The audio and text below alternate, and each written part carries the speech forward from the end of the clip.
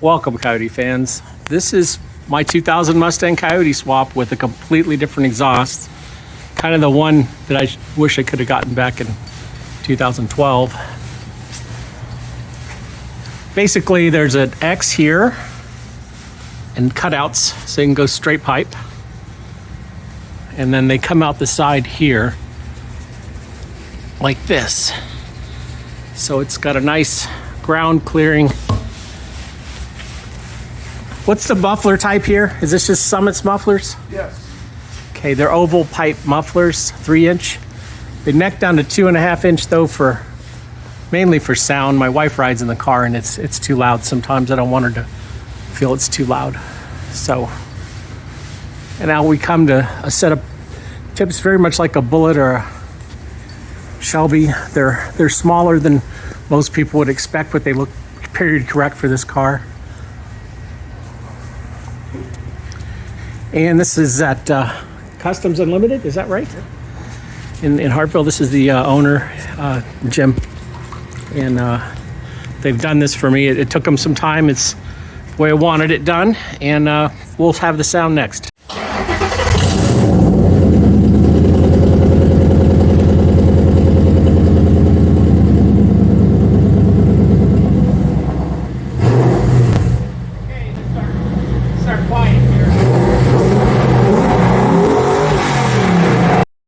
So basically, what I ended up getting here is a completely custom exhaust. These guys are really good at this stuff.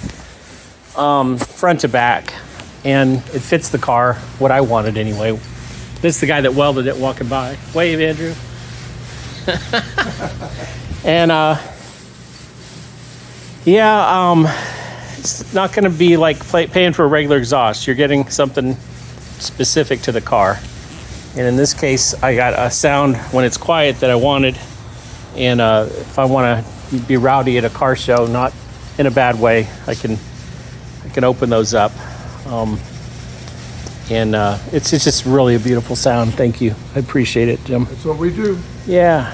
And it sounds really better than it ever sounded. None of the exhaust systems I've tried on it. Yeah, actually, I would say this sound is similar to my Mach 1 had a Visani X-pipe and a MagnaFlow cat back, and it had a beautiful sound like this. Just a wonderful ring to it. And you managed to pull that off, and I appreciate it.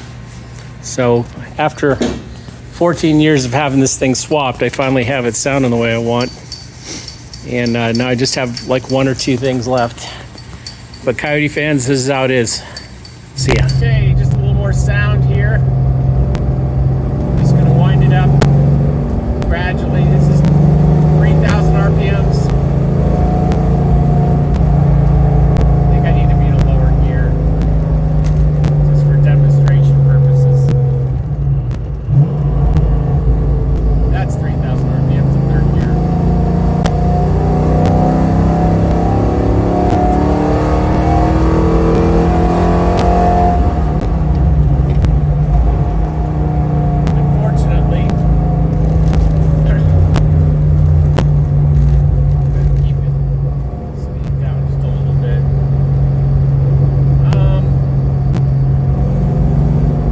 The Coyote-ness a lot more.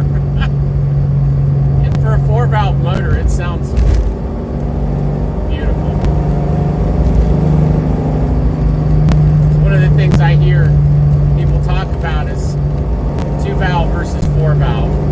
I'm about to make a right-hand turn, and that's going to mean downshifting into first, and you get to hear it wound up again. Right now, just in 4th gear.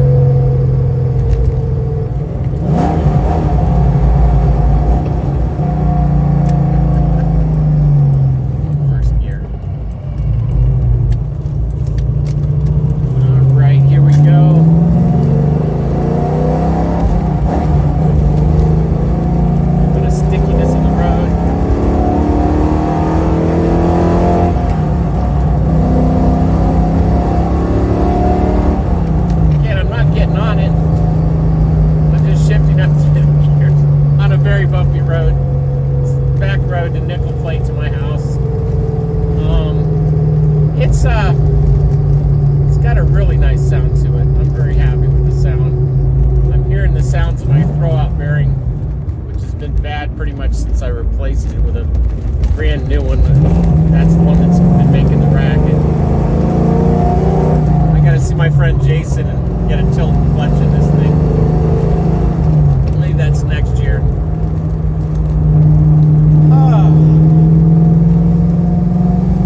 Anyways, thanks for tuning in. So Customs Unlimited did the work on my car, and Bill Bakken, excuse me, the owner of Mays Valley, a place that I frequent, he posted this following video that you're about to watch on Facebook on his group for Mays Valley Gearheads. You should consider looking up his group on Facebook. Just search for Mays Valley Gearheads. And I'm posting his commercial, or his, basically he visited Customs Unlimited where the work was done for this exhaust, and he did a better video than I could ever hope to do about what they do there. And I'm just reposting it here in my group with his permission, rather on my YouTube channel. So enjoy.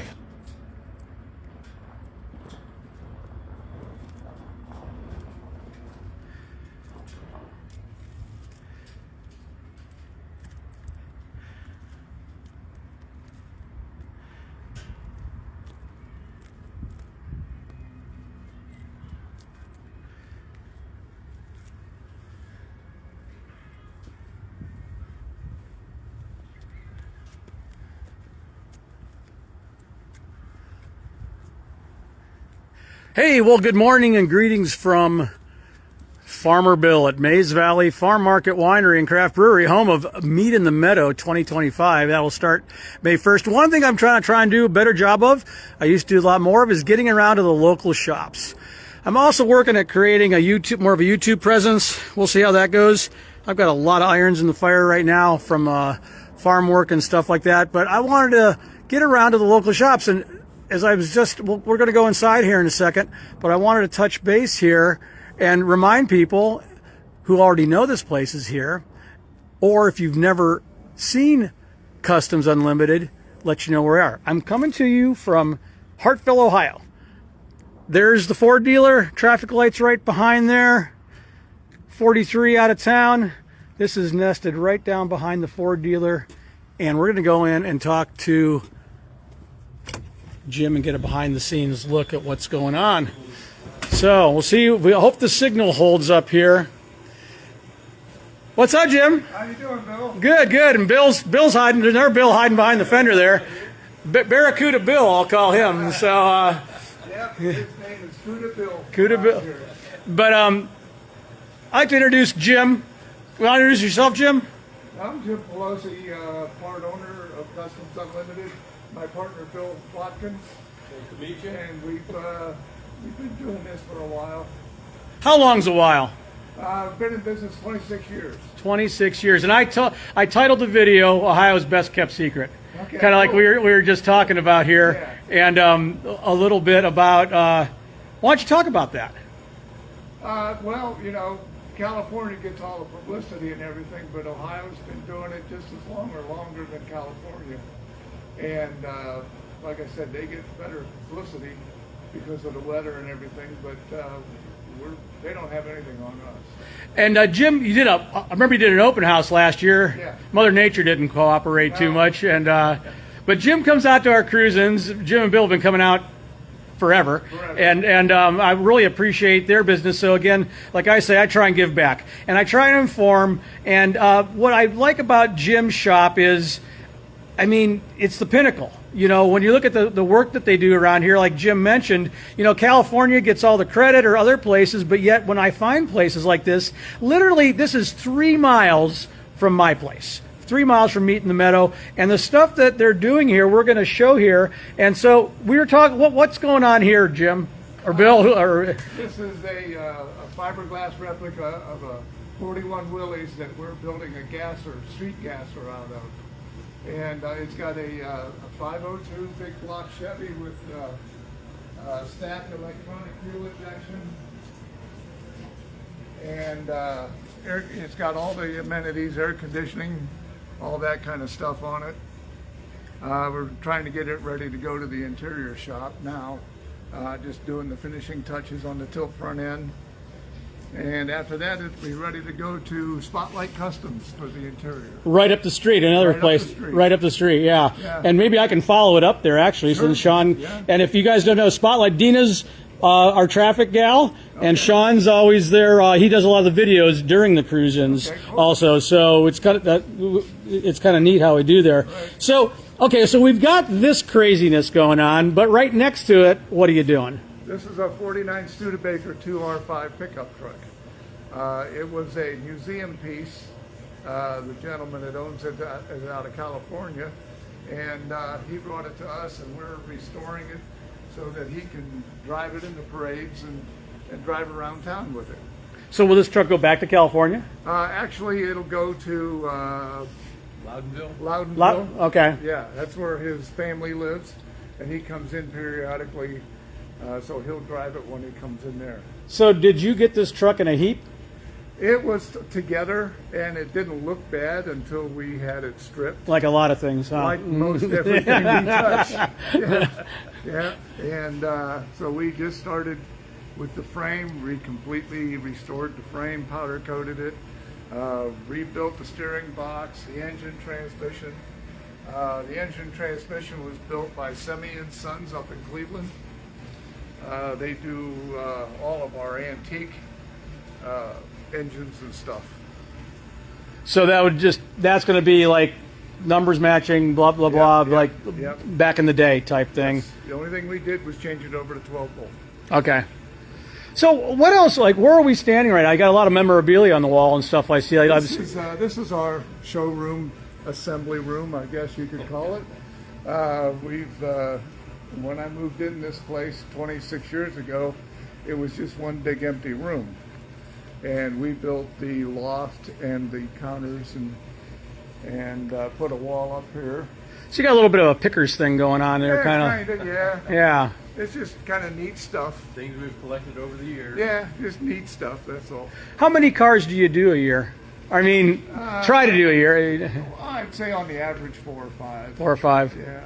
And is there any car in particular you're most proud of, or that you notarized? Well, we built a hand-built aluminum car that we call the Pinoster, and we designed it and completely built the thing out of flat sheet metal.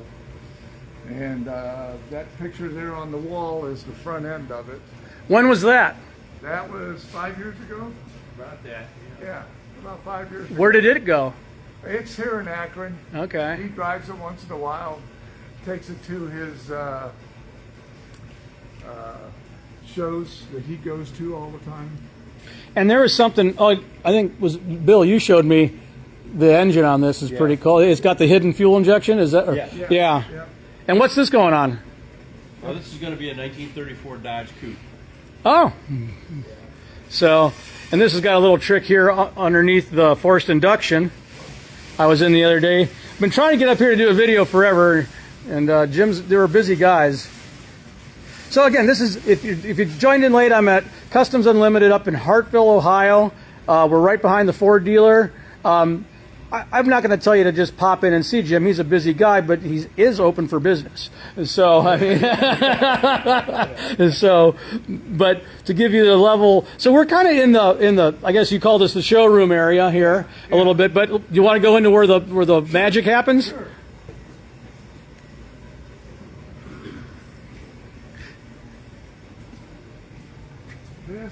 This is the 34 Dodge Coupe that the chassis is for. Okay, cool. We're in the process of getting it ready to paint. It'll be candy apple blue with over silver base coat. And it should be probably about a month now. It should be ready to paint. Was that a 34 Dodge actual car? Or I mean, it wasn't like No, it's a steel car. Steel car, okay, all right, that's what I was saying, okay.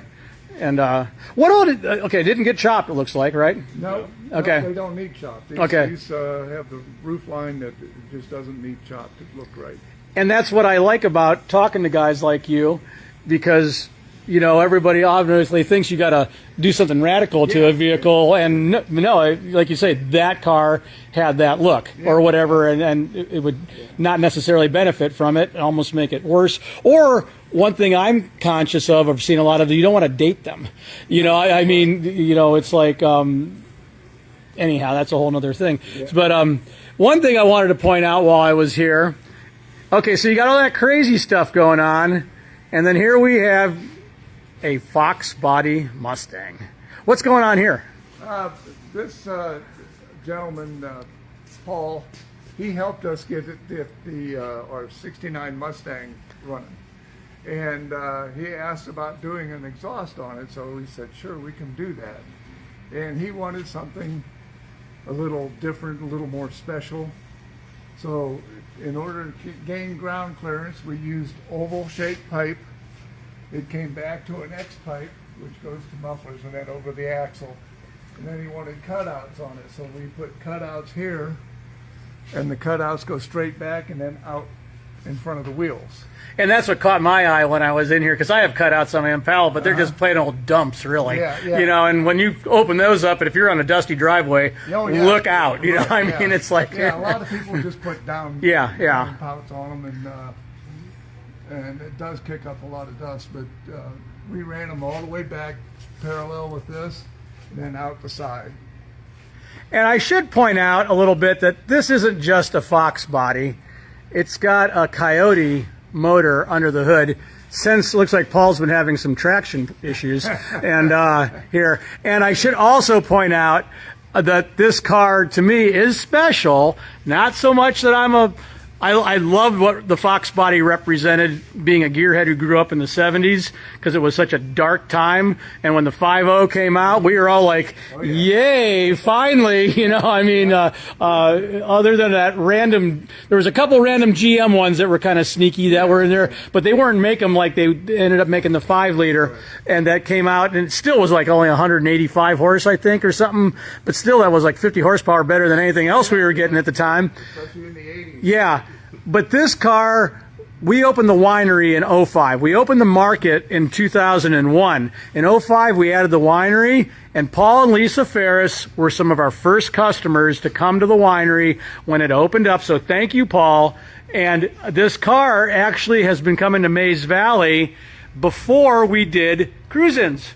So this car might be the longest special street car that's been coming to Mays Valley, because it actually came before we even did cruise-ins. And here it is, right up in the shop. And Paul did the Coyote swap himself, and then he's having, actually Andrew's doing the welding, and Andrew was helping me on my MG back in the shop, where I'm doing a much cruder version of what Jim's doing. So anyhow, Paul's here because of this crazy Mustang.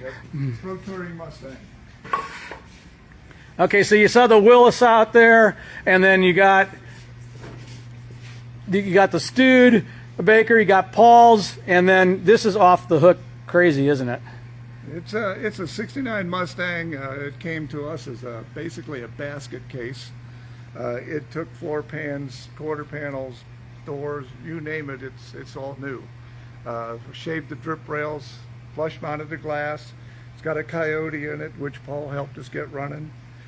And all new suspension. It's pretty off the hook. It's got oval exhaust with that comes out in rocker panels right in front of the rear tires. This car was up on the lift, and I was underneath of it. And actually, I bless Jim's heart, he lets me walk in here and talk to Andrew, because I put a Mustang 2 front end onto my 52 MG, and I have no idea what I'm doing. But it's never stopped me before, because I have a plasma cutter and a torch and a welder. And when I come up here, and Jim pointed out to me some things on this tubular A-arm suspension that obviously mine is not nearly as evolved as this is, but it gave me an idea. It gave me courage to keep going. And so I took a little, thank you, Jim and Bill, and then Andrew did the welding on it. He disappeared, but Andrew did the welding on here, and it's pretty amazing what he's doing here. My welds hold. his welds look good, and they hold too. But this engine is destined for boost, right? Isn't that? Yes, yeah. And so hence why this, while you're looking at it, is very evolved. It's still evolving, though. I mean, and so, but the hang up right now is you're waiting on wheels, huh? I'm waiting on wheels, yeah.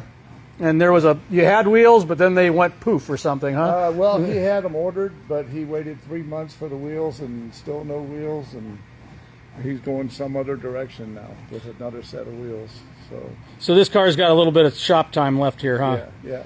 Although you've done what, probably 75% of the work. It's probably 80%. 80% done. Yeah. And this car, if you look back on Jim's page, I'll try and tag him later. There's pictures of this car when you had it on a turntable, a rotisserie, when you were painting it here. I remember. Yep. So you can go back and look at it before it was really a car. Even it was just body panels that got turned blue. Because there's a picture of it in primer, I'm pretty sure I saw. Yep, and there's pictures of it in bare metal if you go back far enough on the page. We handmade the rocker panels and ran the exhaust out through the rocker panel in the rear. It really sounds good. So we're talking state-of-the-art, modern resto-mod. Yes, Pro Touring car. Pro Touring car. Yep. We're talking modified street car, just kind of still very potent though. That Coyote little yellow thing scoots, and then I know Paul comes to our cruisings. Paul's got, of all things, Paul's also got a Mustang GT, like a 2000 later model one. Yeah. I can't remember, but ask him about his dual motor Tesla. So he'll go on and on about that, but he's a computer Linux guy. So then we got the Willis out there and the Studebaker. So we're seeing a lot of different things in here, and I was trying to give you a breadth of what Jim and Bill and crew does here at Customs Unlimited. Again, right up in Hartville, Ohio. So, and this is kind of one of your babies, huh? Yeah, this is one of mine. It's going to be a street drag car. It's a 72 Vega. I have the chassis built for it. It's out getting powder coated. But it'll be a small block Chevy with a 6-speed to be able to drive it on the street. It'll be a fun piece. And you've had this a long time, huh? Yeah, I've had it for about 6 years. Yeah.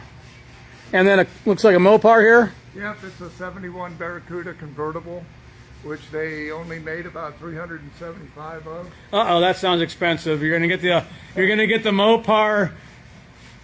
Where are they gonna find all the right bolts? Is my question. We're not going back that. You're not going that? Okay. But, it was ready to fold in half. Oh. It was really bad from sitting for so long, and we put floor pans, firewall, quarter panels, trunk floor, you name it, we put it on this car.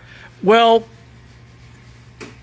you guys are a little bit older than I am, but I'm old enough to know and remember we never had cruisins. We never really had car shows. We just went and did stuff. Drove.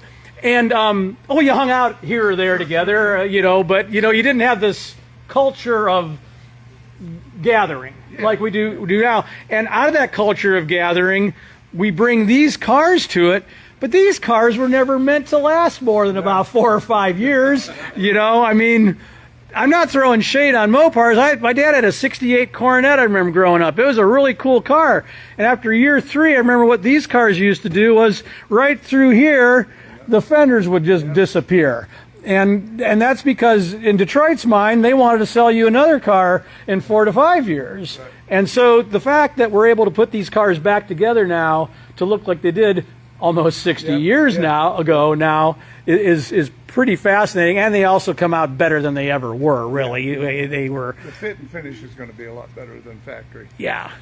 And so that's kind of we live in a great time. We do. I guess is what I'm saying here, to have the ability to take the car because to me this is the bullet car, even though I know it's not green, and it's not exactly right. But that shape, Steve McQueen made this body, the fastbacks, what they are today, and burn the memory into our noggins. So is there anything else here you want to talk about, Jim?